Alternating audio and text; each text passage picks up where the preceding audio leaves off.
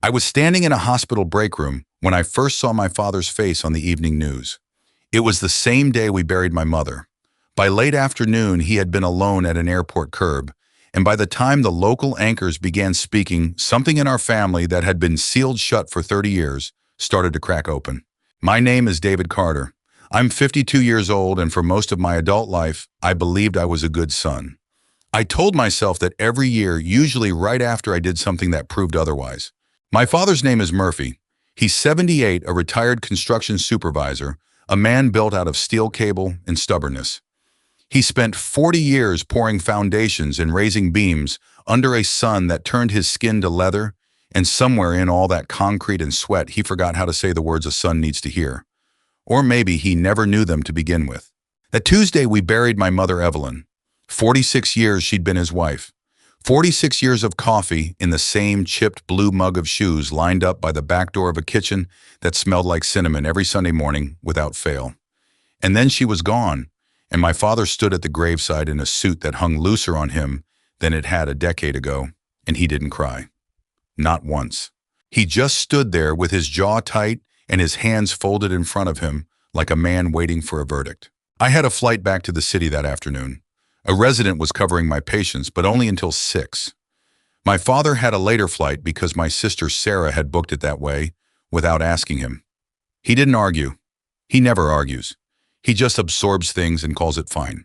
I was already back at the hospital, 3 hours deep into a trauma case that had come in right off the tarmac from my flight when my phone buzzed against my hip. There was a 19-year-old on the table with a lacerated spleen. I didn't look at the message right away.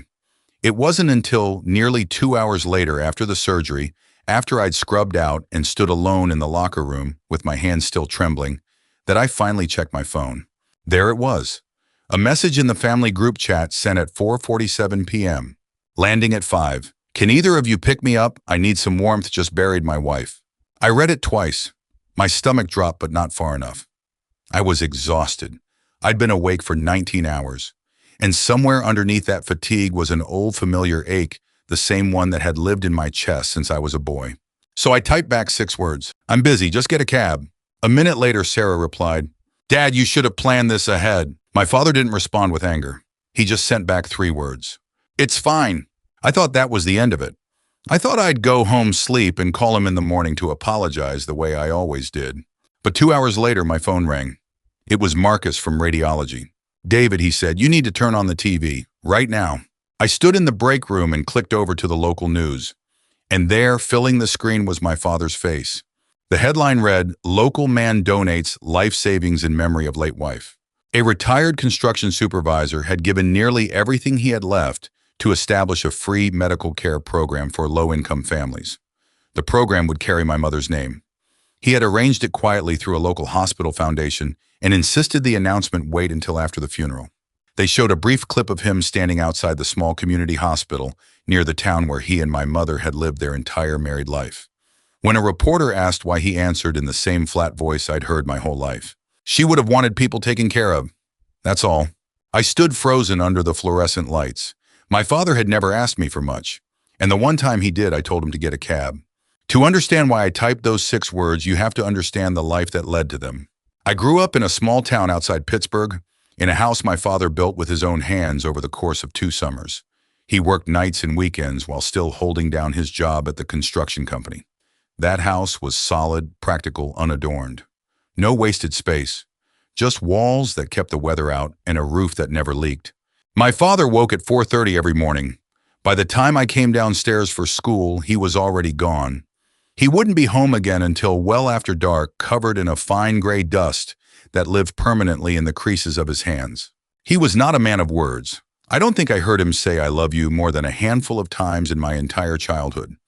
What I heard instead were things like, eat your dinner and don't slam the door.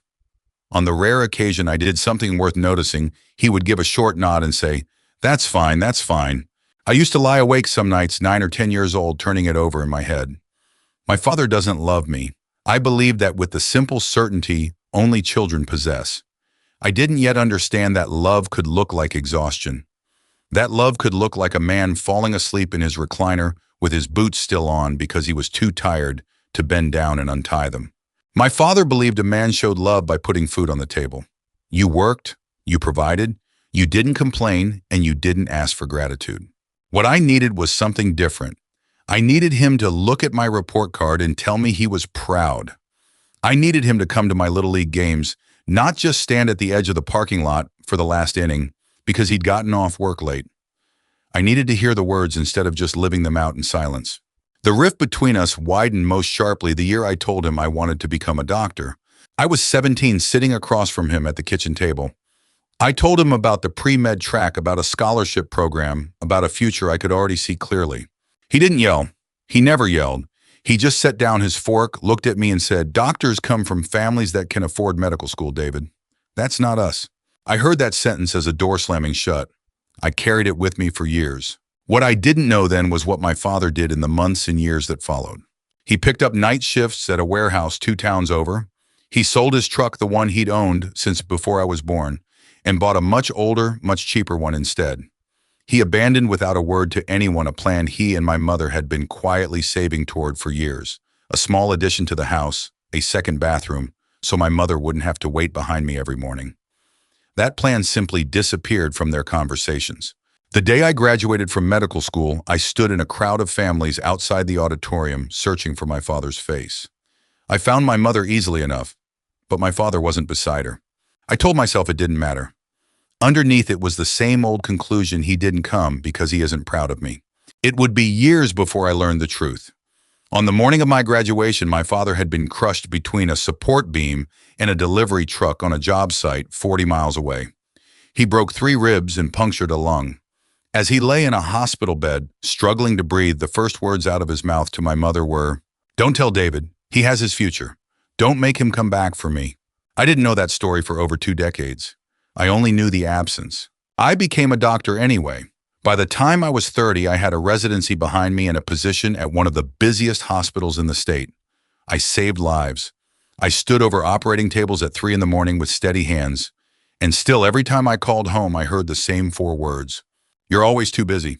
From where I stood, the opposite was true. When my father needed a second opinion, I drove 3 hours on my day off. When my mother's medication costs rose, I quietly paid the difference. When a storm tore the shingles off their roof, I paid for the repair without either of them knowing where the money came from.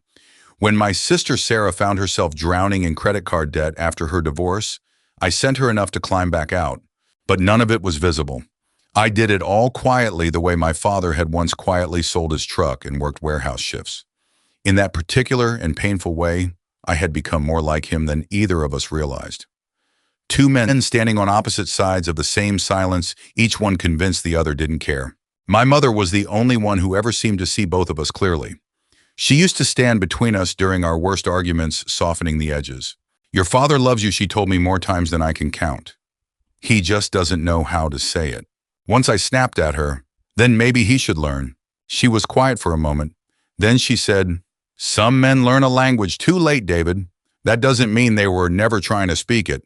The last real conversation I had with my mother took place on a Thursday night in early spring. Somewhere in the middle of talking about nothing in particular, she said, "Your father misses you. He asks about you more than you'd think." "He has a funny way of showing it," I answered. There was a longer pause than usual. Then she said something I didn't fully understand until much later. "You two are more alike than either of you will ever admit. That's why it's so hard for you to forgive each other. You're both waiting for the other one to go first." We said goodnight not long after that. Neither of us knew it would be the last time we would speak. She died 3 weeks later, a blood clot, sudden and merciless. I was in the middle of a shift when Sarah called. I fell apart in a way I hadn't allowed myself since I was a boy. But underneath the grief, something uglier was building. Anger. Because even in the days leading up to the funeral, my father never once turned to me and said the words I needed to hear. "I need you." He didn't say them at the funeral home. He didn't say them the night before the service when I found him sitting alone in his dark kitchen at 11 o'clock. He didn't say them the morning we buried her.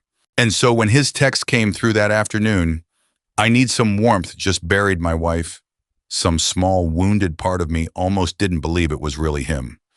Because in 52 years, I had never once heard my father admit that he needed anything from anyone.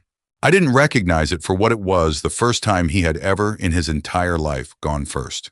After he sent that last message, It's fine. He didn't call another cab right away. He stood at that curb for almost 20 minutes watching other families reunite around him. Then something in him decided he was done, waiting for warmth that wasn't coming. He took the cab, but he didn't go straight home.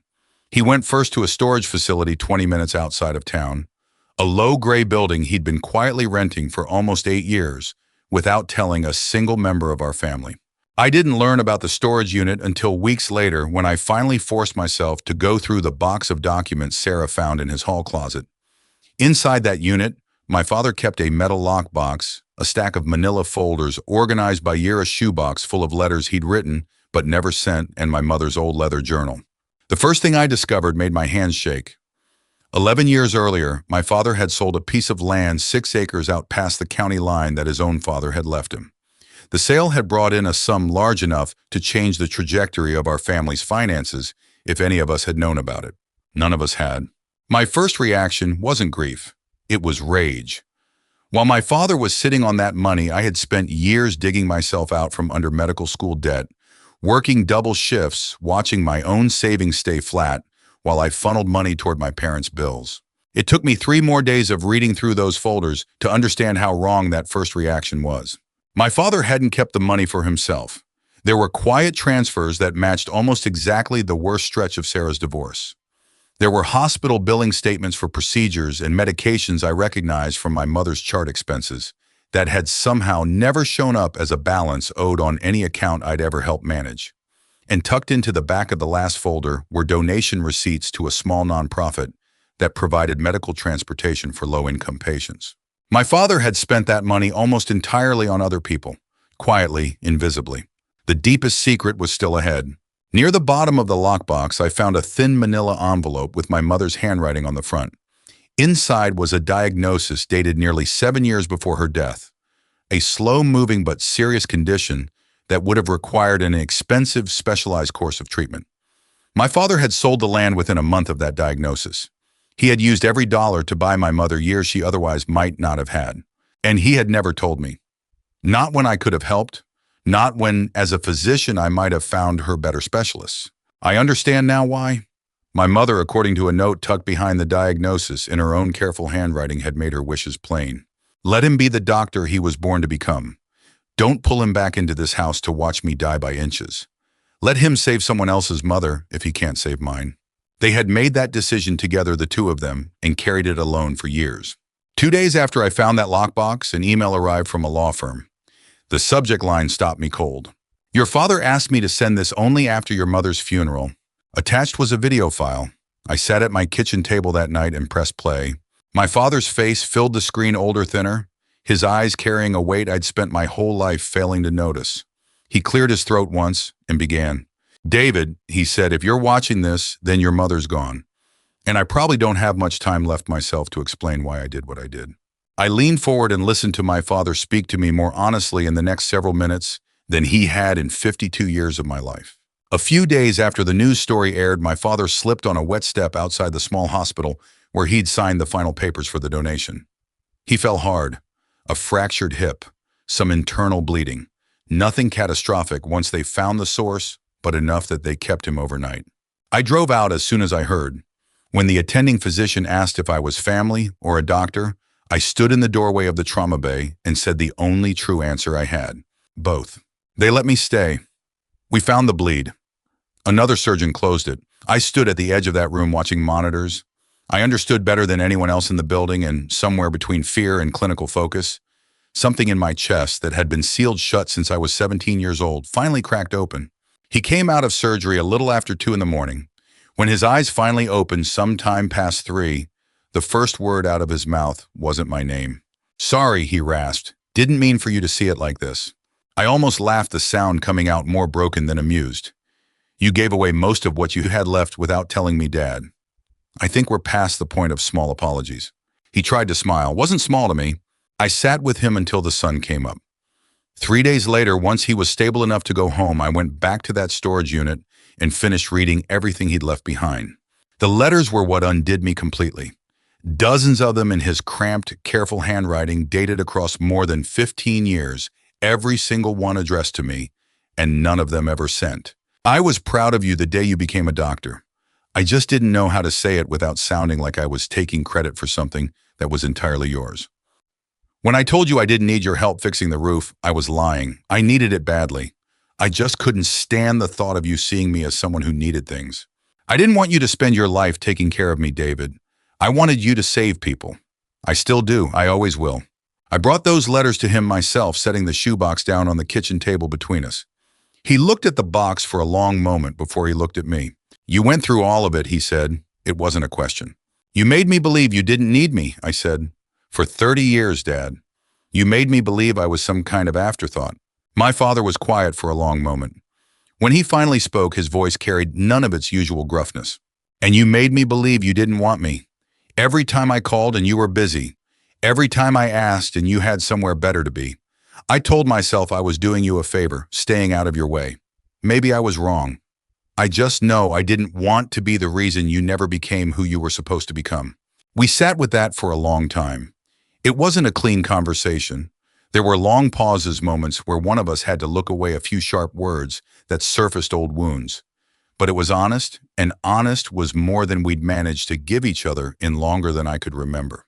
A week later, I called the hospital foundation my father had worked with. I told them I wanted to help expand the program. Over the following months, I reached out to former colleagues, specialists I'd trained alongside hospital boards I'd built relationships with. Within a year, the free care program that began with my mother's name had grown into a network spanning several counties.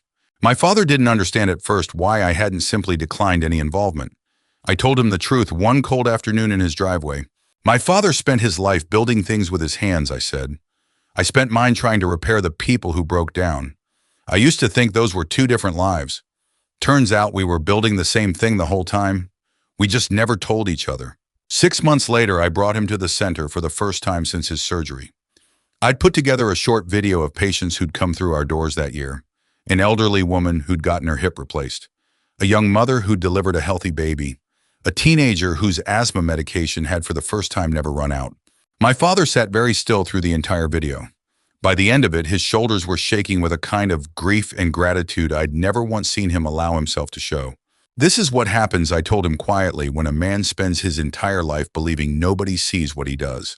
10 years is a strange unit of time to hold in your hands.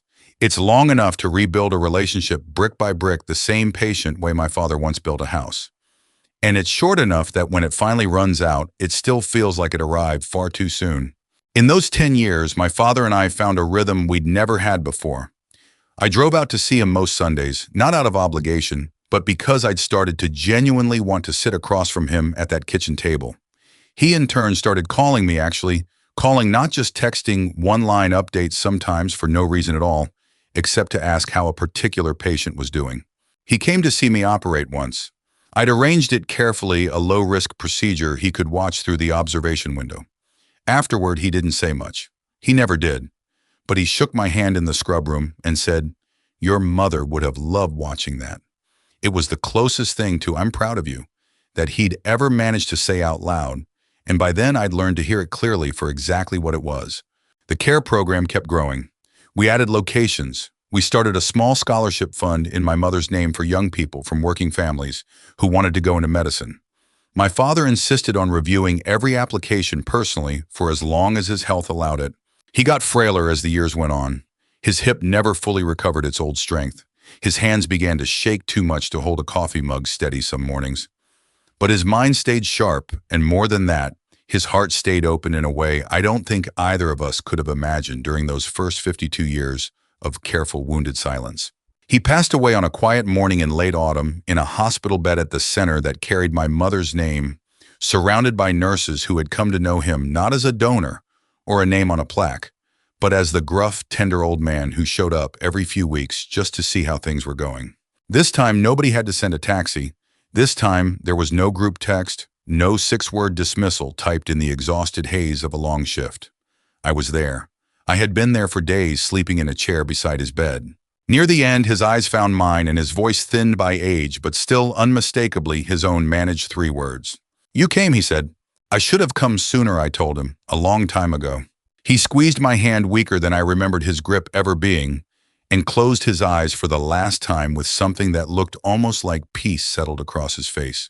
A few weeks after the funeral, I found myself standing at the same airport curb where he'd once waited alone 10 years and a lifetime ago. The cabs pulled up and pulled away. Families reunited around me the same way they had that evening. I thought about the text message that started all of it. Landing at 5. Can either of you pick me up? I need some warmth, just buried my wife. I'm busy, just get a cab. 6 words. It took 6 seconds to type them, and it took me the better part of a decade to fully understand what they'd cost us both. My father asked me for warmth exactly once in his entire life, and I answered him with the coldest thing I had. But he never let that be the end of our story. He built something out of the wreckage of that single failure, a place where thousands of strangers would receive the warmth he'd once been denied, wearing my mother's name like a promise kept. And somewhere in the process of helping him build it, I finally became the son I'd always wanted to be, just late enough to know exactly how much that lateness had cost. My father had asked me for warmth once. I told him to get a cab. 10 years later, I helped build a network of care in his name, and my mother's one that has now looked after more than 40,000 people who couldn't otherwise afford it. But no amount of patience helped, no number of lives changed, and no plaque on any wall could ever fully rewrite one simple truth I'll carry for the rest of my life. The day my father needed his son the most, I wasn't there. I share this story now because I know I'm not the only one carrying a version of it. Maybe there's a phone call you haven't made yet. Maybe there's someone in your life quietly saying it's fine when it isn't fine at all, waiting for you to hear what they're really asking for. If this story moved you, I'd love to know where you're watching from and what it stirred up in you. Leave a comment below and tell me. We have more stories like this one to share, so please subscribe and stay close. Moments like this deserve to be felt together, not alone.